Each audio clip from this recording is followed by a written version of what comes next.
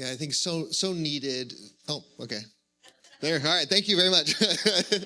So needed, so important for us to just remember to also pay attention to the amazing, inspiring things that are happening in our world with all that's going on, right? To not lose hope and to remember that there are people who are standing up or more specifically walking for things that are of value and matter. And if you are not inspired or moved by the story of this group of monks, then how could you not be a little bit moved by Aloka, the peace dog, who originally was actually a street dog in India, who started walking with them in an earlier peace walk, and who they have adopted into their fold.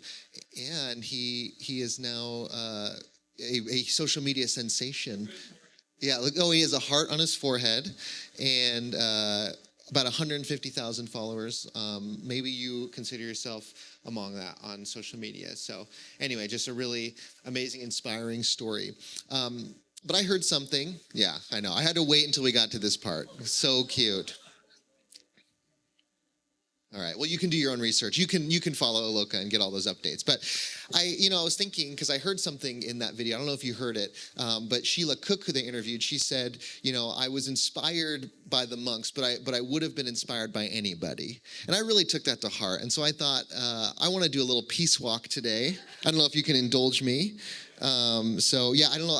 I know they mentioned that there was a workout. This is the Aldea gym, but if you're in the back, you might not have been able to see my treadmill here today. So, as I was leaving the house, walking out with the treadmill, Olivia was like, "What are you doing?"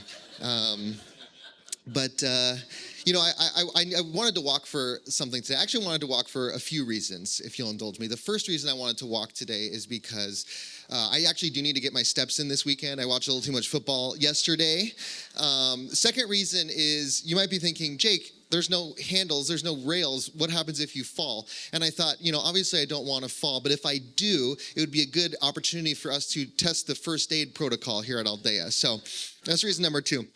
Reason number 3, and this is actually the real reason, is because we are starting our new series, Walking Each Other Home. It's a series about seeing our lives as this long, beautiful, maybe even challenging, but fulfilling walk. It's a walk that we do with others. It's a walk that is ultimately spiritual in nature.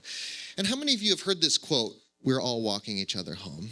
It's a Ram Dass quote. If you had not heard it before today, you certainly have by this point today. And I think it's a quote that has resonated with so many people. I think it so simply and powerfully sums up many aspects of this spiritual life that we're on. First, to think of it in terms of a journey, in terms of motion, that we are going somewhere. But to also recognize that we have each other, that we are not alone, that we are walking with one another. And lastly, that idea of walking each other home is this idea that perhaps this journey we're on is actually a return journey. It's a journey back to something or somewhere. And I think that so many of the great spiritual teachings echo this idea of returning home to ourselves, right? Or as Kathleen even says, to an idea of home. And I find that there's some, good timing here as we begin the new year, because we have a journey ahead of us here in 2026, and we are going to need each other. And yet perhaps as we go on this journey, what we're going to discover is that really the reward, the treasure, the destination isn't necessarily even going to be something external. But in fact, as we go on this journey, what we return home to, what we really find is ourselves, right? The truth of ourselves. I love what this one artist did as kind of an alternate solution for the Where's Waldo puzzles. Waldo finds himself. So often we go on a journey thinking we're going to find something, and yet what we find is really actually within us. So we're going to start this series today, and of course, as you can tell, we're going to start by walking. And just as, I'm walking today, hoping that I can make it, right? I think so. I practiced a little bit, but not with a live audience. So, you can already hear my breath is a little different than usual. But this is a series about enduring, about can we keep pace in this walk of life, right? Through the ups and downs. There's something about simply walking with purpose, simply seeing life as a journey with purpose that has a lot of power for our lives. I see this all the time in the spiritual traditions. Many spiritual traditions have some form of a pilgrimage that is, almost, okay. All right, almost. If you see me leaning to the left or the right too much, you can just go ahead and just give me a little signal. But many spiritual traditions have a pilgrimage as a part of their culture, their rites, right? And maybe you've heard of something like the Camino de Santiago. That's a pilgrimage in Spain. If you haven't done it, I know some of you who have. If you haven't, you've probably read a book or seen a movie on it. But it's this simple idea that sometimes these walks that we take with some kind of spiritual intention can have such powerful, life-changing potential for us as human beings. How many of us have ever spoken to someone or just within the privacy of your own mind thought of life as a journey or a pilgrimage of sorts? I think it can be a helpful frame because it gives us permission to recognize that like a journey, we change. Like a journey, we grow. Like a journey, life has surprises.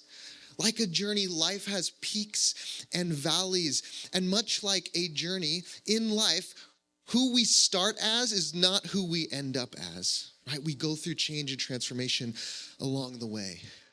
Now, I want to be honest about something and very clear before we get started. I'm not doing this because I like exercise, okay? I don't want to give you the impression that I'm some cardio person. I hate running. People talk about a runner's high. I get a runner's low, okay? Like I get depressed before, during, and after running. But I do love hiking because I love going on some kind of walk in nature. It doesn't need to be strenuous, but I like walking alongside other people in nature.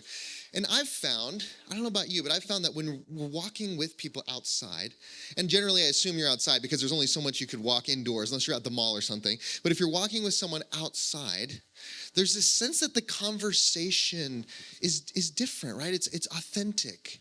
It's often deeper. Has anyone felt this, right? That when you're walking alongside someone, there's a depth, authenticity, and honesty that we get to reach with people. Well, there's actually physiological reasons for this. When you're walking side by side with someone, our body perceives it as less of a social threat than perhaps staring directly at someone. And throughout this series, what I hope to continue to reiterate is that on this journey of life, we are all walking side by side one another. That maybe we would find safety and trust with each other, realizing that we are really on this journey next to one another, that no one is better than, no one is further along, that we are really walking each other home together in step. The second reason why walking alongside someone allows for a deeper and more honest conversation is there's something about the rhythmic motion. This rhythmic motion that I am becoming very intimately acquainted with. But there's something about rhythmic motion that actually regulates our nervous system. And in this series, what I want to explore is how do we find a rhythm through the ups and downs of life? How do we, in the rhythms of life, find a sense of calm and peace, whatever we are facing? The last reason that walking alongside someone can allow for depth and authenticity is this not just sense of rhythmic motion, but a sense of forward motion. That when you're walking with someone and you have a shared goal, a shared destination, and this sense that you are moving together, there is this feeling of safety, of authenticity, of depth that can occur. And in that sense, throughout this series, my hope is that as a community, we remember that we have a shared goal, that we are moving towards something together. We often say we are a community united by values rather than beliefs, right? So we are striving for a life of common values, right? And how you get there might look very different. Our beliefs don't look the same, but our values, our desire to live fulfilling lives of meaning, of depth, of being beneficial presence to the rest of the world. This is something that we can unite in and move toward together. And so for all of these reasons, just as you would find safety in a conversation with another as you walk down the road, I hope that throughout this series that we find that safety and depth and authenticity with each other as a larger community. So let's begin. We haven't really started yet. Well, let's really get started, okay? Let's start. Let's begin. Let's begin at the trailhead, shall we say, right? Let's imagine for a second that this journey is a hike, right? And of course, we're going to have an opportunity this Saturday to really practice this, right? If you want to join us for Wild Church. But let's just imagine that this journey of life is almost like a hike that you would take. And where would you start on a hike but at the trailhead or at the parking lot, right? Some of you are like, that's about as far as I like to go, all right? It's pretty up there. I see the mountains, and then I'm good, right? But if you go to the trailhead, if you go to some kind of beginning of sorts, there's always this feeling of being full of possibility, of the unknown, of the excitement of what's to come, just as we have moments of life like this, especially in the early parts of our life. Last week, we talked about really standing on the precipice of this year, looking ahead to a year full of the unknowns, full of possibility. And in many ways, what we were saying, what we were exploring is the feeling of being on the trailhead of 2026. And in many ways, it's January, and we're still there. We're still kind of looking ahead at what's to come. And last week, we really explored the idea that what we're going to need for this journey is faith. And I love what Martin Luther King says about this idea, that faith is taking the first step even when you don't see the whole staircase, right? Or in our case, the trail. And so what do we do? What do we do when we're standing and we know that we need some faith and we know that we have a journey ahead of us? Well, at the trailhead, it also can be good to just do some checks, make sure you have all your gear, right? Check your backpack. If you're lucky enough like me to have an Olivia, then you have someone who's thinking about snacks, which I never do, but she does, right? So you check, make sure you're good for the hike ahead, right? Got our snacks. Do we have sunscreen? Do you have your hat? Do we have poop bags? Not for the dog, for me, right? But in life, it's important for us to kind of begin our journeys with a sense of preparedness. And really what I mean is just the awareness of the possibilities of what may arise on the journey ahead so that we can be proactive rather than reactive. Remember that we all have tools in our tool belt spiritually, right? Our resources, the things that we can turn to when things get hard. And just to remember that those are with us along the way on the journey. And then the last thing we might do at the trailhead, we might choose our route. I go almost every week to Sabino Canyon. That's where we're going to be this Saturday. And I love Sabino Canyon because there's all these different options for what kind of route you might take, right? If you want more or less of a paved route, you have the choice. If you want something scenic, maybe it's going to be a little harder as well, right? Maybe if you want more of a view, you have to climb a little bit more. You have those options. And in life, I think we have a similar sense of control of at least choosing the type of route, right? We all kind of end up in the same place, but we get to choose the route. Sometimes we choose a more scenic route that is more difficult. Sometimes we choose an easier route. How many of us have felt at different moments in our lives where we had a distinct choice of maybe choosing a path in life that was a little bit more difficult, but we knew we wanted something out of the experience, so we chose something of more difficulty? Maybe at other times, you chose the path of least resistance, and you realize, I know in this season of my life, I don't want to make anything harder for myself. I need a season of rest. I need a season of ease, right? There's nothing wrong with either choice, but it's the recognition that we often make these choices, and we set out on the trail, and we find our way through this path, and then what happens? As we leave the trailhead, sooner or later, things get a little tough, don't they? Right? Maybe the sun beats down on you a little more than expected. Maybe it's a bit of a longer trail than expected or steeper. Maybe you need a bathroom, right? And all of a sudden, all these things that were once possibilities become realities. Right? I've been on enough hikes to know that something always shows up that's unexpected, right? Here, in Tucson, what I've found is you never know when the water is going to be a little higher and you're going to have to wade through a river, right? There's always some threat of snakes, or maybe you go out and the trail's not even where it's supposed to be, or maybe you slip and fall, which I've done many times. But the reality is in the same is true of life. Right? We face things that are not planned. We face divorce, heartbreak, loss, illness, doubt, failure, right? Things don't go our way in our jobs. We face uncertainty about our future, not just personally, not just our families, but perhaps the world at large. And none of this we could have exactly predicted how it was going to feel. And so perhaps something that we can keep in mind is to plan for the unplanned, or maybe plan for the unpredictable. Not to live in fear, not simply waiting for the other shoe to drop, but simply holding an awareness that, hey, things may get tough along the way. This is a long journey. So can I already prepare myself to trust in others because I'm going to need help? Can I prepare myself to look inward for the resources that I've already learned and developed through my journey? And can I prepare myself to know that I'm going to need to surrender to something greater than myself sooner rather than later? And so what happens? We're on this trail. right? We face challenges, we make it through the challenges, and then maybe eventually we reach some kind of destination point.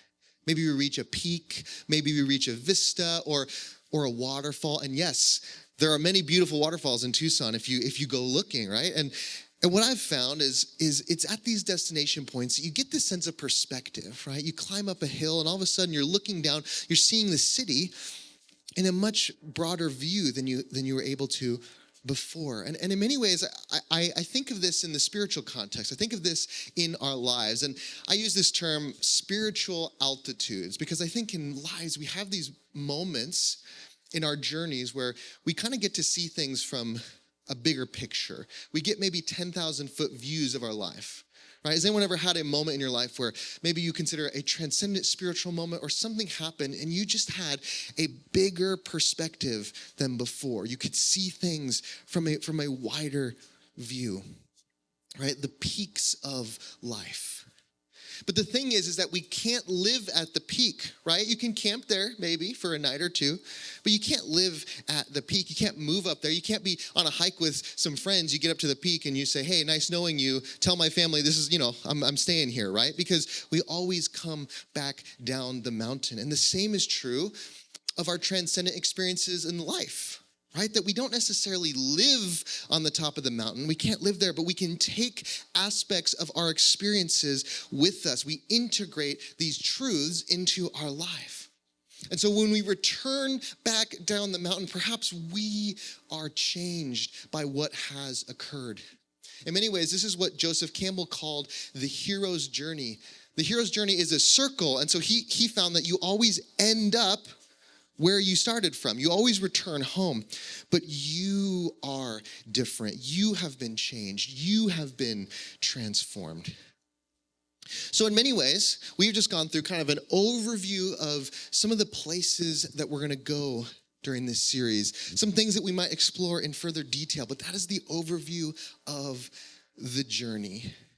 And so as we kind of look back and think about what it might be like to be you, right? What the walk has been like for you, what the journey has been like for you. Just take a moment, think about that. Think about what your peaks and valleys have been, what your difficult moments have been. Surely, your journey has at times been hard. It's been confusing. There's been great highs and great lows. I'd venture that when you think about your journey, perhaps you're reminded of some of the great difficulties that you've faced, some of the uphill climbs of life. Maybe some of those moments where you felt like you just barely made it. Maybe you're in one of those today. Maybe you're right in the middle of that uphill climb. But I'd also venture to say that when you look back at what you achieved, at what you survived, at what you endured, that there is a sense of accomplishment, of being proud of yourself, of meeting yourself and who you truly are. I've shared before a couple stories about how in my early 20s, I had the opportunity of working and living on a cruise ship in Australia, and one of the places that we docked was Papua New Guinea. And in my first week on this journey and this, and in this experience, we ended up docking at this volcano on an island in Papua New Guinea, and we had the option of climbing the volcano. And I was so brand new, and at this point, we had only ever been on a beach, so I just wore my flip-flops, and I thought someone was going to valet me to the top of this volcano. Right? Very naive. I didn't realize how third world of a place I was in. And so we end up getting taken to this volcano. And not only is there not a shuttle with my name on it, but there is actually not even a trail. You simply just walk up the side of the volcano until you get to the top with rocks and boulders and all. And again, mind you, I have flip-flops on. Somehow, I don't know how, but somehow I make it up to the top, right? And I'm thinking, gosh, these flip-flops have done it. They've gotten me to the top of the mountain. This is so incredible. But then we start going, after we have this amazing experience, we go back down the mountain, and the flip-flops are becoming really problematic because I guess by going uphill, I was just pushing them against my feet. But by going downhill, they kept sliding off, and I kept falling. And so I realized it is really dangerous for me to wear these flip-flops. So I took these flip-flops off, and I ended up going down this mountain barefoot. Now, here's what I just want to acknowledge. Like, obviously I'm here today, so I survived this. But I want to acknowledge, like, I recognize now the stupidity in this whole endeavor, okay?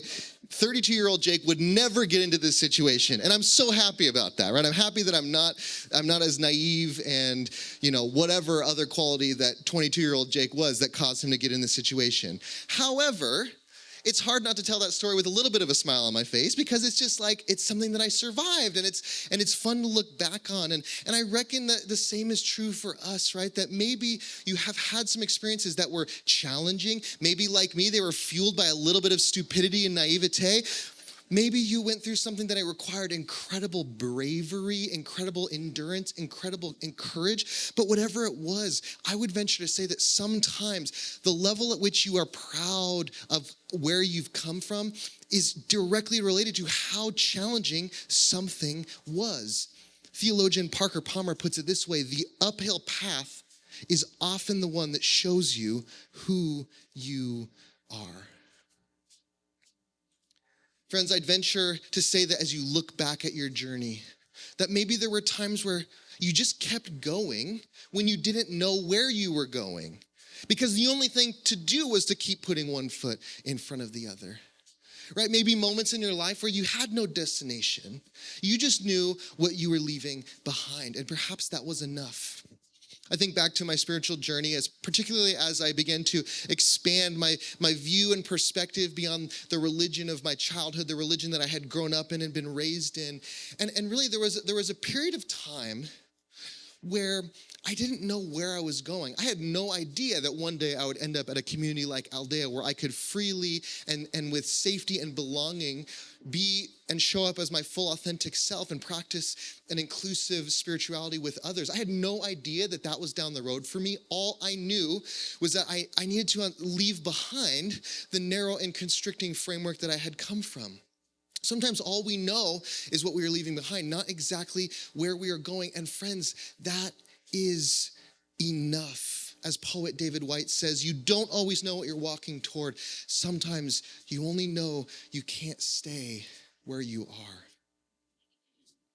So friends, I'd venture to say that the difficulties have also been some of the most rewarding moments. I'd venture to say that you kept going even when you didn't know what you were walking toward. And I'd venture to say, friends, that you've experienced some incredible richness and incredible beauty and incredible wisdom and incredible insights on this journey, right? But I'd also guess that those insights didn't just appear out of nowhere. I guess that in some way you might think of it as those insights met you on the road. They met you while you were walking. And Lamott puts it this way. I think it's a beautiful way of looking at it. We do not arrive at wisdom by standing still. Friends, that so often the insights, the breakthrough that we're looking for, it meets us on the road. So can we start to see life as a journey and begin to move toward that, even if we don't know exactly where we're going? Friends, maybe you're out there today and you're going through something so incredibly hard. You're in that uphill climb and it feels so difficult. Friends, we often carry burdens that in some ways are only ours to carry. There are aspects of our journeys that are so individual, so unique, no one can carry it for us. I'm reminded of the third Lord of the Rings movie, Return of the King. Has anyone watched Lord of the Rings, right? Well, if you haven't, basically you have Frodo, who's one of the main characters, and he must carry the ring all the way to this volcano. Points for doing 2 volcano references in one message. He must carry the ring all the way to this volcano and drop it into the volcano. And while he has all these supporters and this group that is with him, it is ultimately his burden to carry. He must carry the ring. And by the end of the third movie, he is so exhausted and so wounded, he cannot carry it up this mountain, up this volcano. But thankfully, his friend Sam is with him. And if you probably all remember the line, right? Sam says, "I can't carry the ring, Mr. Frodo, but I can carry you." Right? And that was the moment where 10-year-old Jake learned that he could cry in a movie theater in 2003.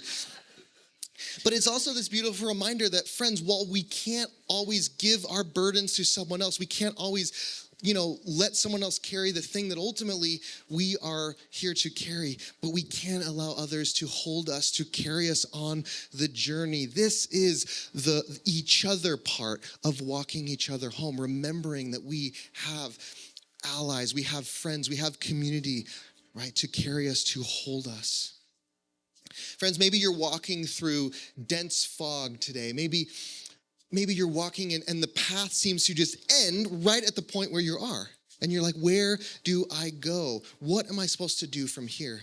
And a question I want to pose to you today is, what if the fact that you do not know where to go is actually a clear sign that you are on a path that is uniquely yours?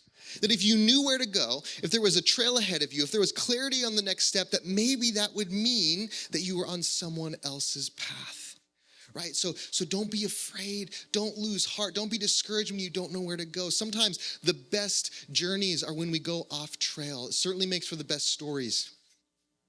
It will ruin your shoes from time to time, as I've experienced, but it's worth it.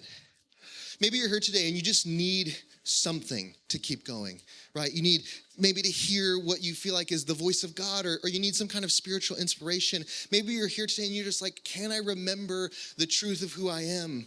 Can I remember something about myself that will keep me going? And there's a powerful reminder in remembering that maybe that wisdom, that insight, that breakthrough you're looking for, it doesn't always just come right to our doorstep, but maybe we need to start walking and go out into the world to meet it. Or as the great spiritual teacher, Teilhard de Chardin once said, God does not come to us by our staying still, but by our journeying. So today, as we begin this series that sprawls out in front of us, there's an invitation, and that invitation is to see this life as a journey. It's a journey that we take without knowing exactly where we're going, but we do know that there's going to be some hard moments to endure, and there's going to be some incredible sights to see. And perhaps most importantly, you are not alone. We are all walking each other home. And with that, I think I did it. All right. How many calories did I burn? I don't know. I can't tell. Thank you so much.